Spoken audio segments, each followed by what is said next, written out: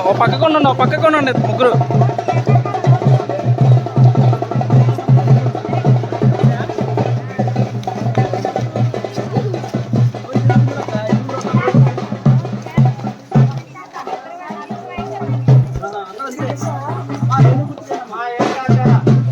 తప్పుకో.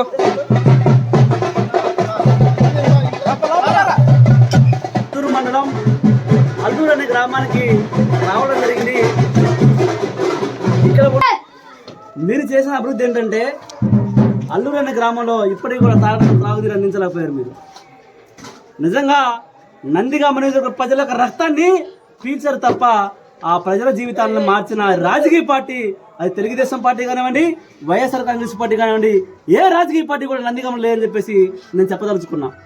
ఈరోజు ఒక అక్క రోజు కూలి పనికి వెళ్తూ మిరపకాయ కోతకు వెళ్తూ ఈరోజు మీరు చేసిన ఈ అసమర్థ పాలన వల్ల, ఈ వైఎస్ఆర్ కాంగ్రెస్ పార్టీ అసమర్థ పాలన వల్ల, ఈ తెలుగుదేశం పార్టీ అసమర్థ పాలన వల్ల ఒక బిందెను కేవలం 7 రూపాయలు 7 రూపాయలకి ఒక తాగడానికి త్రాగునీరు కోసం బిందెను కొనుక్కొని నీరు రావడం కోసం ఈరోజు అక్క ఇక్కడ రావడం జరిగింది. నిజంగా ఎంత దారుణం ఇది. ప్రజారా ఒకసారి గమనించండి. ఈ 2 రాజకీయ పార్టీలు మనల్ని మోసం చేసే ఎన్ని సంవత్సరాలు కూడా ఈ 2 రాజకీయ పార్టీలు నందిగామలో మన ద్వారా అధికారంలోకి వచ్చి మన జీవితాలను తొక్కుపెట్టాయి. ఈ రోజు 2 రాజకీయ పార్టీలు కనీసం తాగడానికి త్రాగునీరు కూడా అందించలేకపోయారు. కాబట్టి ప్రజారా గమనించండి.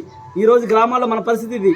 కాబట్టి వచ్చే ఎన్నికల్లో తప్పకుండా మీరు బహుజన్ సమాజ్ పార్టీ ఎమ్మెల్యే అభ్యర్థిగా నన్ను గెలిపిస్తే ఇటువంటి దుస్థితి లేకుండా మన ఆడబిడ్డలు పొలం పనులకు వెళ్ళి నీళ్ళ కోసం ఎంతో దూరం వెళ్ళి కొనుక్కొని వచ్చే దుస్థితికి లేకుండా ప్రతి ఇంటికి కూడా త్రాగునీరు అందించేలా బహుజన్ సమాజ్ పార్టీ ఒక ఎమ్మెల్యే అభ్యర్థిగా మీకు హామీ ఇస్తున్నా. నందిగామ నియోజకవర్గ ప్రజారా ఒక్కసారి ఆలోచించండి. త్రాగడానికి త్రాగునీరు అందించని ఈ రాజకీయ పార్టీని, అది తెలుగుదేశం పార్టీ కానివ్వండి, వైఎస్ఆర్ కాంగ్రెస్ పార్టీ కానీ, ఈ 2 పార్టీలకు వచ్చే ఎన్నికల్లో తప్పకుండా బుద్ధి చెబుతారని, ఇటువంటి దుస్థితి నుంచి మన ప్రజలను కాపాడుతారని తెలియజేసుకుంటూ జై భీమ్, జై భారత్. బెర్ర ఉదయ్ కిరణ్, బహుజన్ సమాజ్ పార్టీ ఎమ్మెల్యే అభ్యర్థిని.